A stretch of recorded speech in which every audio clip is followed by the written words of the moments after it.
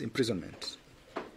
Mr. Masengeri is ordered to submit himself to the Commissioner General of Kenya Prisons to ensure that he is to be committed to a prison facility to commence serving sentence of the imprisonment imposed. In the event that he does not submit himself to the Commissioner General of Prison Service as ordered, the Cabinet Secretary for the National Interior must take all steps that are necessary and permissible in law to ensure Mr. Gilbert Masengeli is committed to prison to commence serving the sentence imposed on him. The court, nevertheless, finds it desirable to impose this sentence as a coercive order as opposed to a punitive order. In that regard, Mr. Masengeli may avoid serving this sentence, and therefore, in that regard, the court shall suspend this sentence for 7 days only. The Acting Inspector General of Police can redeem himself and comply by availing himself before this court in person to answer to the issues he has been avoiding. In default, the sentence shall automatically become effective. Now, Transport Cabinet Secretary Davis Chirchir now says that the government declined a proposal by the controversial Indian firm Adani Airport Holdings Limited to acquire 30 acres of land near the Jomo Kenyatta International Airport for real estate and commercial development. Now, speaking while appearing before the Senate Roads and Transport Committee on Friday to lay bare what's in the deal, CS Chirchir explained that in its proposal, Adani had requested 30 acres of land to build an airport city or city-side development that will consist of state-of-the-art recreational facilities. Chairman, the board formed an ad hoc committee to handle the JKIA concession project with respect to the technical, financial, legal risk, stakeholders management, and other relevant aspects. The committee commenced its sitting on July 15 with a notice of draft minutes attached to the document I've submitted, also included in the pack. Question 6. State whether the government plans to avail free land to the company known as Adani Commercial Limited to build a city-side development on public land, which may lead to land disputes in areas surrounding JKIA. Honorable Chairman, the government is not offering any free land to Adani Airports Holding in the proposal. Adani included in its proposal a request for 30 acres of land at JKIA for real estate and commercial development. That's what we are calling the city-side. This request has been excluded in the pending concession agreement, but will be handled separately under the KAA policy on concession and leases like any other commercial operation, including approval by the head of public service, which is the current policy on leasing out government property. Refer to section 2.6 to be specific on the head of terms, which is included in the pack. Honorable Chair, the committee also sought for supplementary information on providing a copy of the privately initiated proposal and the contract documents between. We've provided the privately initiated proposal. It is part of the pack, Chair. But there is no contract, like we've basically said. Number 8, Chair. Give a detailed description of the proposed project, including reference designs, sketches, and alignment maps. Here, Chairman, the project covers refurbishment of existing terminal, construction of a new airport of, is it 23 million PS or 23 million capacity, new passenger terminal, building to include access roads within the perimeter of the concession, parking, garage, aprons, rapid exit taxiways, extension of existing parallel taxiway to a runway 24 threshold, supporting infrastructure, repair of pavements, and construction of a second runway of, is it 5 kilometer? 4.2 kilometer. Reference design sketches and maps will only be available once the development area is marked post the signing. This is what I call the master plan, which is a condition precedent 9 months before the financial close. All right, now 4 people died on Friday following the collapse of a sewer line under construction in Shauri Moyo Estate in Nairobi. Police have confirmed that one injured individual was receiving treatment at the Mama Lucy Hospital, while the bodies of the deceased have been taken to the city morgue, where they await identification and autopsy. Now, a multi-agency team, including police officers from Kamukunji Sub-County in Nairobi City County, MSF and Kenya Red Cross response team conducted the rescue operation. That story story. We are currently working on it and we'll be bringing it to you as soon as it is ready. All right. Now we want to move to another story, and that has to do with the issues to do with matters court cases in Nanyuki. Now, a Nanyuki court has ordered an investigating officer to present himself before a magistrate within 2 weeks over delays in charging 3 suspects accused of taking part in the anti-government protest over 2 months ago.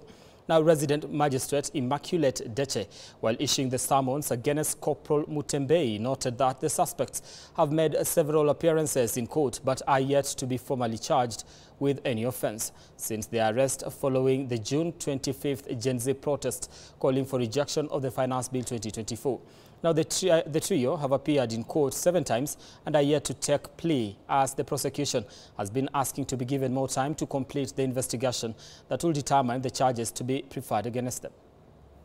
Before this court, and while I note that significant time has lapsed, I do not believe that an adjournment will prejudice the respondent's right in any way.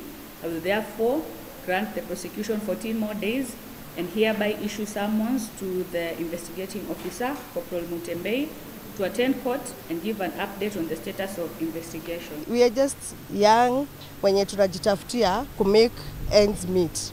Sasa hatuwezi enda job. Wengine wetu wameajiriwa walifutwa because of court sessions each time. Na Kenya unakujia hakuna. So so now wamesema 2 weeks, like seriously. This should be the last. And we mean the last. Na hiyo time nyingine tukikuja haitakuwa this easy, hatutakuwa this soft. Juzi tulikuwa na kikao na county commissioner pale kwa ofisi yake na wale maafisa wa IPOA. Tukakubaliana kwamba vijana katika town hii ya Nanyuki tutatuliza mambo ya maandamano ili tuweze kupatia systems na processes muda ziweze kufanya kazi. Lakini clearly umekuwa mchezo wa karata sasa. Tangu tutoke streets ni kurushwa tu. Haki zangu zimedhulumiwa kwa sababu haifai kuwa hivi. Tunafaa kama sahi either the case be dismissed kama hauna evidence ama utushtaki. But huwezi kuwa kila wakati unatuwestia time every now and then. Tunakuja wiki mbili, tunaenda wiki mbili nyingine. Sasa hata leo tumekuja mwenye alikuwa anapeleka hiyo anafaa alete ushahidi kotini hapatikani. Now, Wiper Party has begun an ambitious plan to register and recruit 5 million new members as it seeks to stamp its authority ahead of the 2027 elections. The move comes as political realignments continue to take shape ahead of the general elections. The Kalonzo Musyoka-led party hopes to dethrone the ruling United Democratic Party by clinching the presidency from President William Ruto.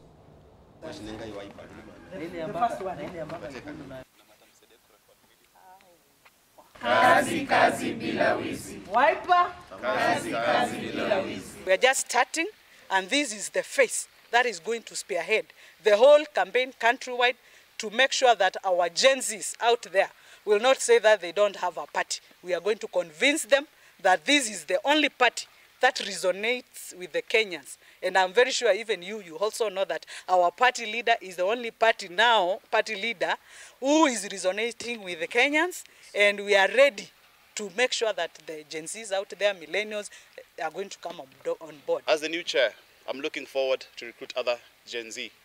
The movement is not dead. It is the beginning of a new era. And we're going to go out there, we're going to reach, we're going to walk door to door with like-minded individuals to make sure that we achieve the vision, mission, and objectives of the party. To start with, we have the belief and our ideology based on the tenets of good governance and corruption-free economy. So we have the capacity. Number 2, we are not going to be silent. There's this perception that we are going to be silent because the coalition seems to be split. We are going to be very vibrant on issues concerning integrity. We will not be silent on matters of corruption, opulence that we've been seeing in the recent. Now, the Ministry of Labour and Social Protection has petitioned the Council of Governors to waive taxes and fees charged to disabled small-scale traders across the country. Now, through the State Department of Social Protection and Senior Citizens Affairs, the ministry has also challenged the Kenya Revenue Authority to exempt disabled traders. According to the PS in charge, Joseph Motari, there was a need to support the disabled traders through tax waivers during the current harsh economic times. Medication, so we'll be using that.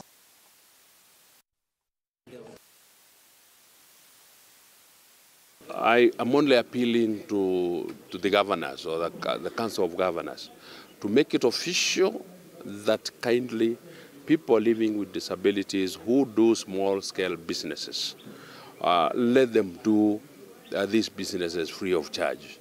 I'm also appealing to the KRA that people living with disabilities who really struggle to earn a living, let them do the small businesses that they do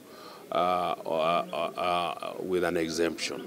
Especially most of these exemptions that we target are from the county governments, because these are people who live within the towns. They sell njugu, karanga, and small things. I urge them that please let them do it without any payments or taxes. Those forms of disability are the most expensive because constantly they're on drug, constantly they're on therapy. So the government has allocated some amount of money, and we have established the criteria, and we have already mapped almost 20,000 to all the facilities across country for free therapy, for free drugs, and for free incontinency things like diaper or bowel management across the country. And we are riding on the existing government infrastructure. Already specification has been developed by multi-sectorial engagement like Poison and Drugs Board, MOH, KEMSA. 4 people died on Friday following the collapse of a sewer line under construction in Shauri Moyo Estate, Nairobi. Police have confirmed that one injured individual was receiving treatment at the Mama Lucy Hospital, while the bodies of the deceased have been taken to the city morgue, where they await identification and autopsy. A multi-agency team, including police officers from Kamukunji Sub-County, Nairobi City County, MSF, and the Kenya Red Cross response teams conducted the rescue operations. Of course, you are getting back to this particular story, which is one of our top stories this afternoon. Vile ilianza, walikuja hapa hivi wakatuambia wanataka watu wa kazi. Wakatuuliza tutasana kufanya kazi ya kuchimba shimo ya sewage. Wakatuambia, tukawaambia Sasa wakati tulianza kuchimba mara siku ya kwanza mchanga ilianguka ikaangukia kijana mmoja wa kwanza, tukamchukua hozi. Tukampeleka harusi mama huko, akapewa madawa, akatibiwa. Tena tukarudi. Sasa ikafika siku ya jana usiku. Nilikuwa hapo ndani. Mimi nikaambiwa na mwenzangu anaitwa Mkosti, nikuja mwana mfunga sile makamba za kuonyeshana barabara, hakuna nini ya kuingia huko. Ngakaa hapo hivyo.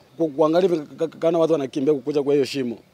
Kuangalia mzuri kapata fumbi hiyo mchanga inaamuka. Ilikuwa saa 7 usiku.